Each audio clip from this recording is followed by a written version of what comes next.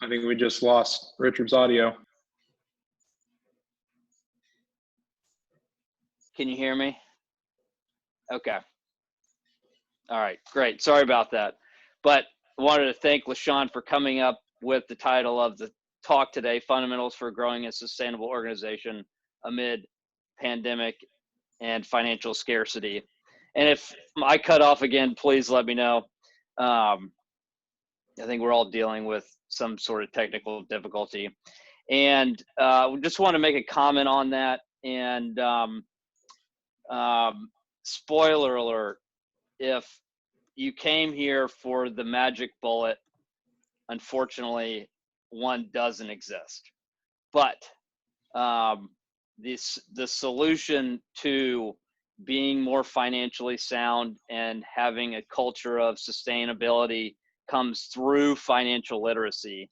So I wanted to come today and have a short presentation about myself, what I do, my qualifications, and then talk to you a little bit about what's going on economically, where we are, how we're going to get out of this, and how to take your organization to where it needs to go.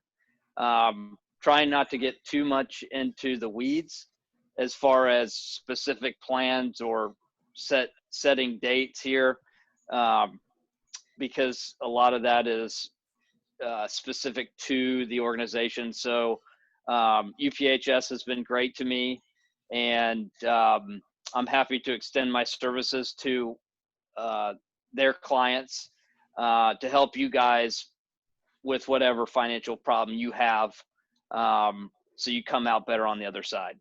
So put that on silent. With that said, LaShawn, if you want to click over to the first slide. Just a little bit about myself. I got married in October. That's my wife on the left. I've been bought a house a couple years ago. The live off Meridian Road here, and been doing a lot of yard work. So hence the leaves out in front. I think this picture was taken back when Hurricane Michael. We just recently got a French Bulldog and Bogey, and I play a lot of golf. I do that in my spare time. And the last thing there is Lauren and I were, my wife and I were supposed to go on a honeymoon, and the spring, actually, I'm supposed to be on my honeymoon right now. So so that's just kind of how I'm dealing with this situation, but blessed to be with you guys. So anyways, that's just a little bit about myself. We'll talk about the business, and we'll flip over to the next slide, and I'll give you our mission statement. Cassedy & Company is a local independent firm dedicated to providing focused, customized solutions to address our clients' financial goals. Couldn't say it any better than that. We work hand in hand with our clients to solve whatever issues they have and get them on the other side in a better situation. We partner with our partner bank is Bank of New York Mellon. It's Pershing. Their motto is strength, stability, and focus. They are massive. They're a $36 trillion bank. They have they have 36 trillion under custodian under a custodian relationship, and they manage about $2 trillion worth of assets. So their resources are vast. We provide the service and the relationship. We work with the clients. It's a great partnership for us. If anybody ever asks you if you have a financial advisor, if they ever ask you to write a check to themselves or to cash, I would be very worried. That's how the situation works. We have a bank that safeguards the assets. Pershing is our bank. We've got plenty of information on that. So with that said, we'll move on. Just a little bit about the company there. talk about myself, what qualifies me to just get to know me a little bit. I was born and raised in Tallahassee.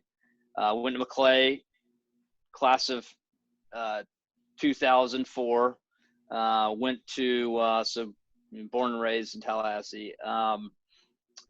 I went to the University of South in Sewanee, Tennessee, small liberal arts college. I majored in economics. I was out in 4 years, 08, and then I got into the investment financial advising business with Edward Jones. I became licensed. I was hired in 08. Put me through a training program. They had the best training program in the business at the time. Took my Series 7, passed that. That gives me the ability to transact business on behalf of my customers. Passes Series 66, which makes me an investment advisor, makes me a fiduciary. And a fiduciary, what a fiduciary is that I cannot, I have to act in my client's best interest. If I manage assets for a client, I do so on a fee basis. So my compensation is tied to the returns of the particular account or whatnot. Also, life, variable annuity, and health licensed. Do some life insurance for my clients to make sure that they're well covered. And then my most recent license I passed in 2015 for the state of Florida, another advisory license. So almost forgot, went back and got my MBA in finance 2011, 2012. So very well educated and licensed. So anyways, with that said, let's move into the subject matter, and we will go from there. And at the end, whatever questions you have, I'm happy to answer that, and then set up some time if you have some more personal issues. Happy to do that too. So anyways, without further ado, coronavirus. Obviously, things are crazy. We've been through a lot. The economy has slowed precipitously. We've seen job numbers come out, jobless claims that are through the roof. How are we going to wrap our head around what's going on? How do we know what is really affecting us at the moment? Most of the data that comes out that you hear in the distance is lagging data. It's people laid off. It's, GDP comes out, second quarter GDP reading comes out in July. Well, that's after the second quarter. So how are we to understand what's actually going on inside the economy? And there are numbers that come out on a weekly basis. It's called high frequency data. And I have put some data points on the screen. They look extremely small from my phone. So I will do my best to point out some of the interesting ones just as a data point. Shouldn't be taken out of context because we know that the data is going to be bad. We understand. We go. Maybe we're not out of our house, but when we go out of our house, we understand people are staying at home. People aren't shopping. People are furloughed. People aren't spending money. So these are things that we know what's going on. And the first sign that things are that are turning around is going to show up in this high frequency data. So when you're trying to make a decision as far as your organization, when things are going to turn around, the first sign that things are changing is going to be in this high frequency data. So it's published on a weekly basis. I have access to it. If you're curious, I wouldn't say glued to it. Comes out, I think, every Thursday. So if you're interested, follow up with me in email, and I'll stay in touch with you. I'll send you the data as it comes out. So this high frequency data, this is a very acute economic problem. And as things change and as things start to turn around, we can start seeing where people are spending their money. They're able to turn the economy on, and you'll get a good idea of how your organization will react to that, because you know your organization better than I do. Just some interesting, I can't even read it on my notes, so I'll try to pull it up. So it's very interesting. A couple interesting takeaways: that weekly retail sales is up, and you can connect that to the amount of grocery shopping, the amount of bulk buying. That we expect to slow down, but it's interesting. It's something to note in here. Another really interesting point to this is that we're able to take airlines flights. It's not illegal to fly. We live in a free country, which should be noted. TSA checkpoint data has traffic down 96% compared to last year. So people on their own are choosing to social distance. So not only is the government putting in guidelines, but Americans themselves are going above and beyond to reduce the amount of travel, and we're seeing that in the data. So that's a bright spot to take out of this high frequency data. But so yeah, with that said, let's move on to the next slide. Okay, so here is a chart of the last 3 years, and on a weekly basis, it's the 3-year return of the S&P 500. So it's basically the 500 most successful companies in the country, how they've grown, and what we've been through. So starting in 3 years ago, the stock market increased 45%, and we lost nearly all of it in 24 days. The economy stopped. So we have been through a lot. You have been through a lot. You feel that. People feel that. You have your own accounts. People need money. It's a very scary situation, but we're off the bottom.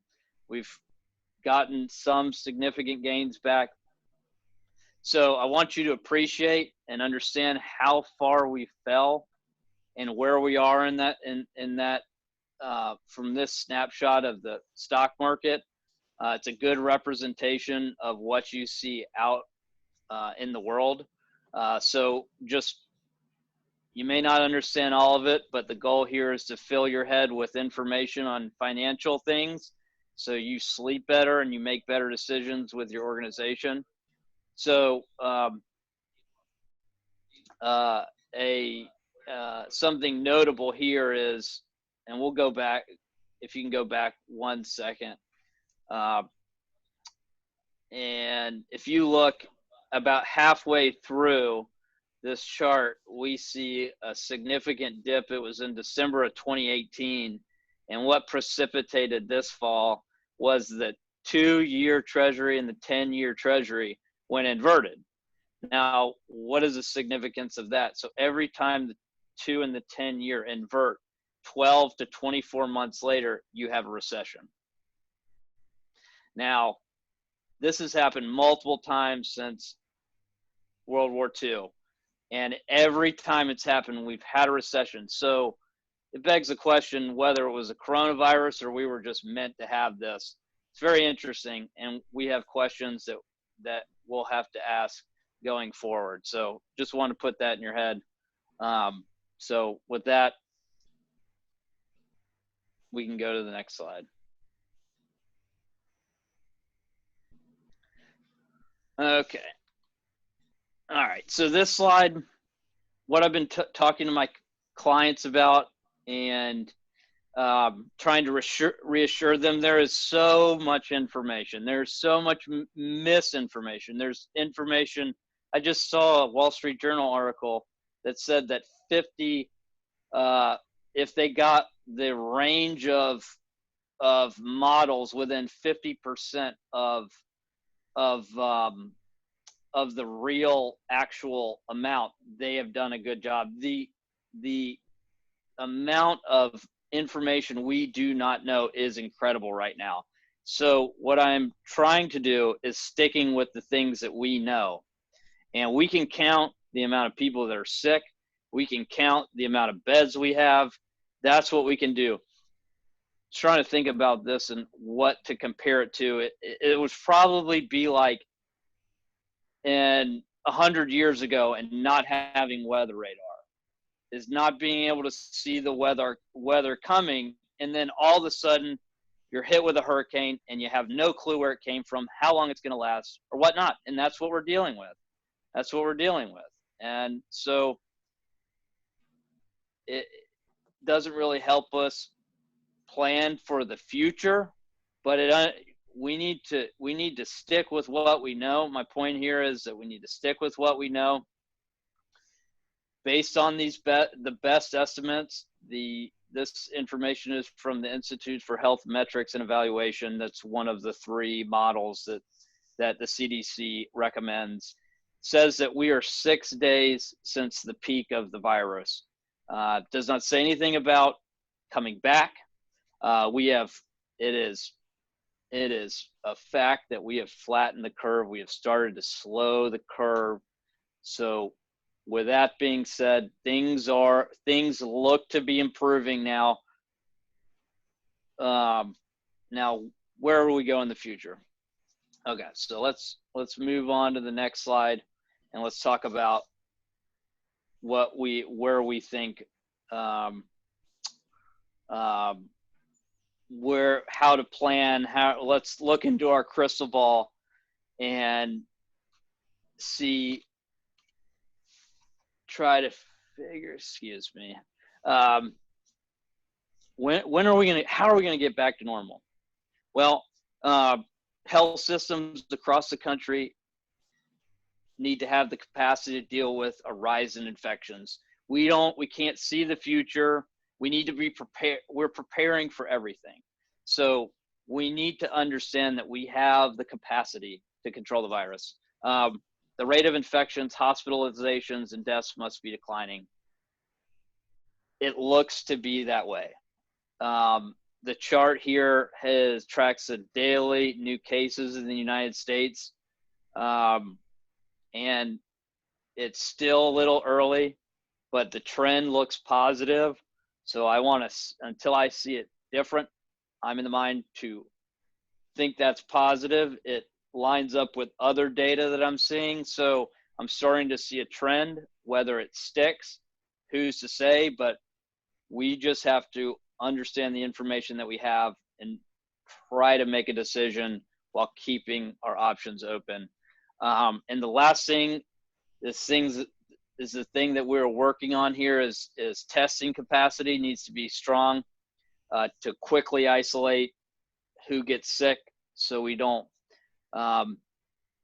put other people at risk. So anyways, all right, I'll speed through this one. What is our recovery going to look like? What will that chart look like? Will it be a V? Will it come straight back up? Depends on how far your chart zooms out. But by most accounts, it's not going to snap back. Most people believe that with every passing day, it becomes harder to hire another person. I'm a little skeptical as far as that goes. I think hiring will snap back to some extent. This chart is from one of our investment providers. It creates a base case, a U-shaped recovery, which I agree with. I think we will snap back a little sooner than that. But I think that's what we're seeing right now. It's between the base cases between a U, which is a precipitous fall, which is what we had, an extended a stall, fall, a stall, and a quick rise, an extended slow period as we get our resources, understand the virus a little bit more, and then ramp the economy back up. Right now, on the other side of things, I don't know, it's a crazy day to be having this Zoom conference call, but yesterday, it for you to 2 days ago, you had to pay for your gas. Yesterday, they were paying you to take gas. A barrel of oil, the oil providers were paying you $37 a barrel to hold. So it's like you go into the gas station, filling up your car, and then giving you a $10 bill to keep it. It's crazy. We're dealing with crazy times. The market's reacting negatively to that news, so which leads us to think it may be a W. But over time, that will get ironed out. It's a short-term issue. Oil has not been a great investment. There's a lot of supply online, so enjoy it. Travel. It'll be good for airlines. It'll, the things that are hurt right now. The consumer, for your travel and your summer plans, you'll have cheap gas. Those are positive things I can relay. So anyways, okay, so let's turn the corner and let's look at hope I'm keeping you with me here. Let's look at Florida. Let's look at our response to this. Florida, knock on wood, has been very lucky. The top line here shows all beds available. The bottom line shows all ICU beds. So we are well below. We are handling this very well. Florida's in great shape. So knock on wood, we're still being cautious. We have a stay-at-home order. I'm not suggesting we do otherwise, but don't believe everything you hear in the news. So anyways, just wanted to take a snapshot of, it says our peak resource use was April 14th, which was a week ago, I guess at the last training. So anyways, so that is that. And we'll go to the next slide. So what are we doing? What are the specific actions that Florida, the governor, is doing to get the state back going, getting our lives back in, some of this information may feel abstract, but I kind of wanted to make it a little bit more personal. The governor has, and this is news as of yesterday, reopened Florida Task Force. 1 out of every 11 new jobs in the country comes from Florida. We're the 17th largest economy in the world. We're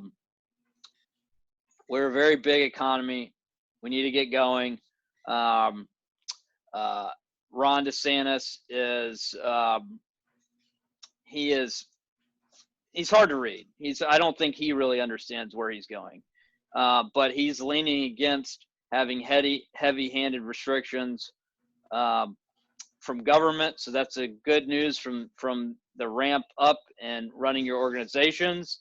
It should not, you shouldn't, we don't have that to worry about basically. And the next thing is widespread antibody testing. 100,000 tests are coming into the state this week to deal with the psychology of fear. Now that we're past the peak, is how do we get everybody from this mindset that we need to hunker down to, are we safe to go out? So that's the biggest problem we have right now. And so, okay, all right. Okay.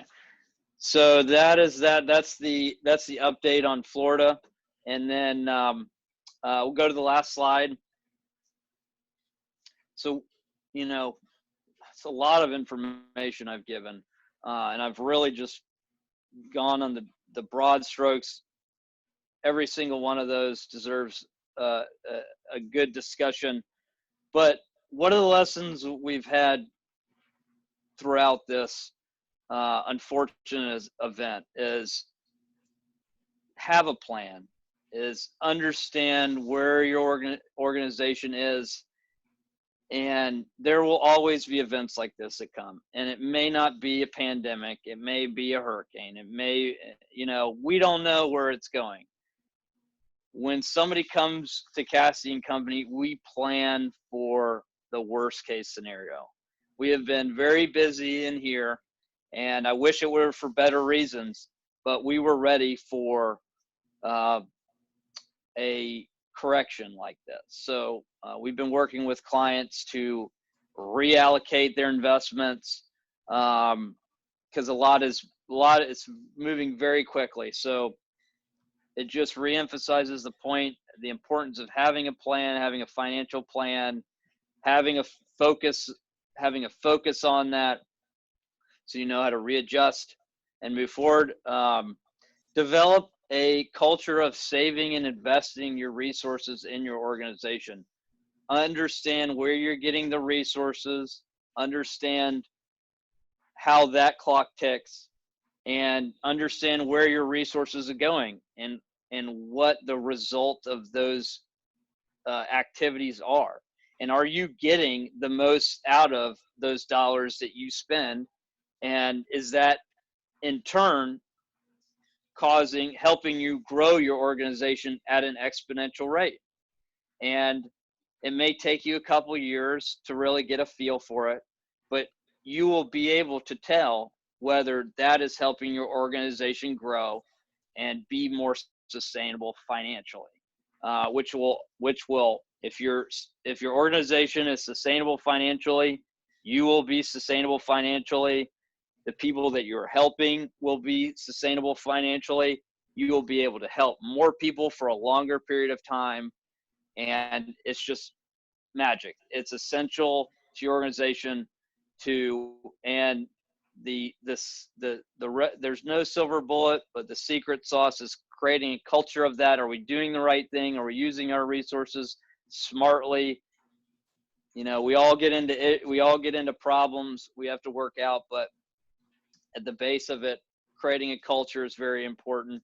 And the other thing is have liquid savings, an emergency fund. I've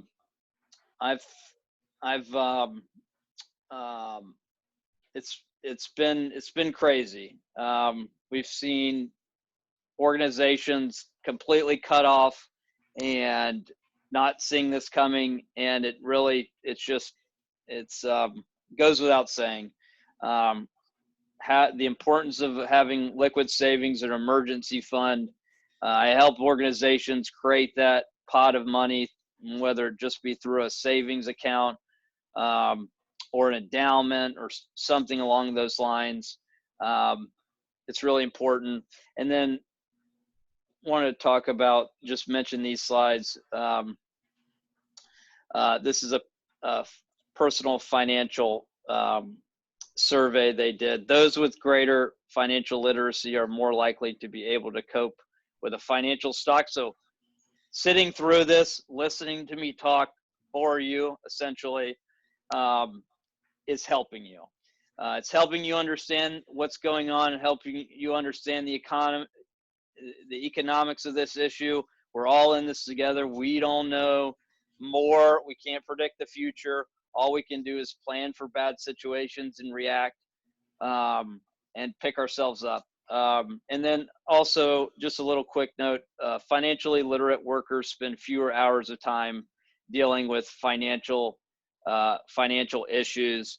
And this is something I work on with my 401k clients, is encouraging the employees to save, do things when things are save when times are good, put money in appropriate places. And so with that said, I've gone 3 minutes over. So if anybody has any questions or whatnot, I will be happy to answer them.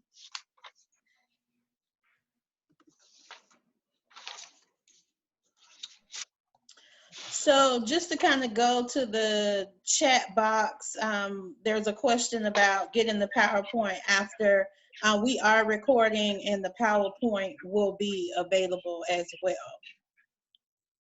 And I think I have everyone set up where you can unmute yourself. So does anyone have any questions? Sean, this is Amber. I have a quick question for Richard. Obviously, this is unprecedented and uncertain times, but in a traditional world when this wasn't prevalent and in existence, what would you recommend being that reserve account amount? Is it 6 months of the year worth? And then if an organization doesn't have endowments or investments that they can draw interest income from, how could they go about starting to build that nest egg, if you would? Really good questions. Okay. So how much do I recommend? I would say each organization's different, but between 3 and 6 months is the boilerplate answer. People, you know your organization better than me. You know who you're getting funding from, how secure that funding is. The more secure that funding is, the more rope you have. I still don't. I mean, at least 2 months, 3 months should be there. And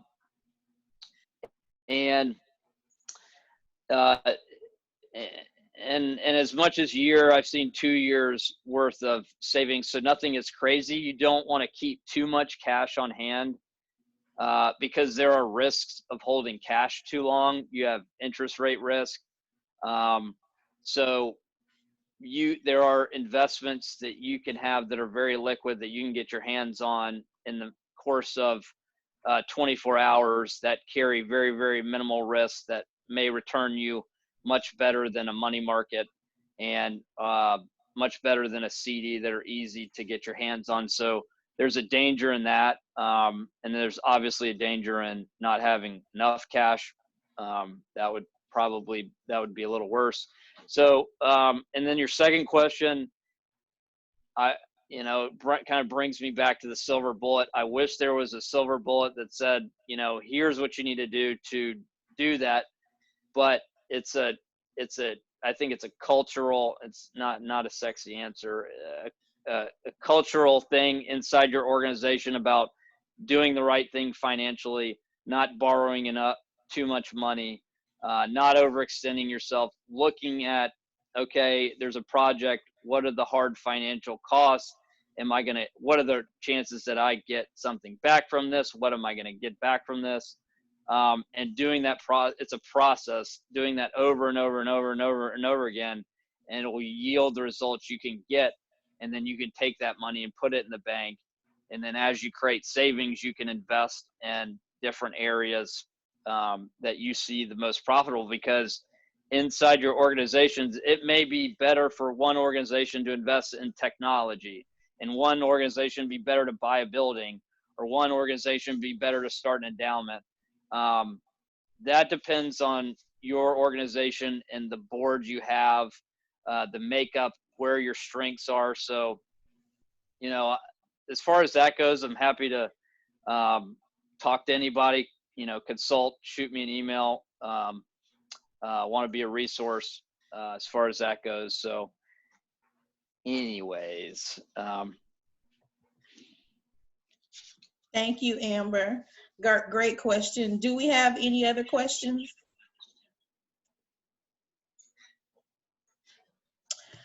Well, if we have no other questions, we want to thank everybody for your time this morning. Again, as Richard mentioned, this was kind of introductory to some of the things that he and Cassedy Company, some of the services, some of the information that they provide. I see okay.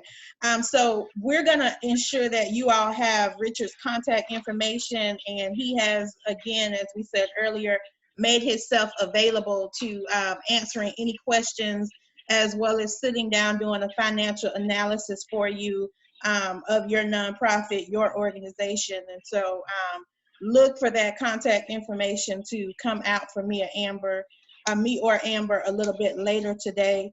We hope you all are staying safe. And as always, if you need anything, please reach out to us via phone or email, because we are here to support you. Thank you very much. Thank you.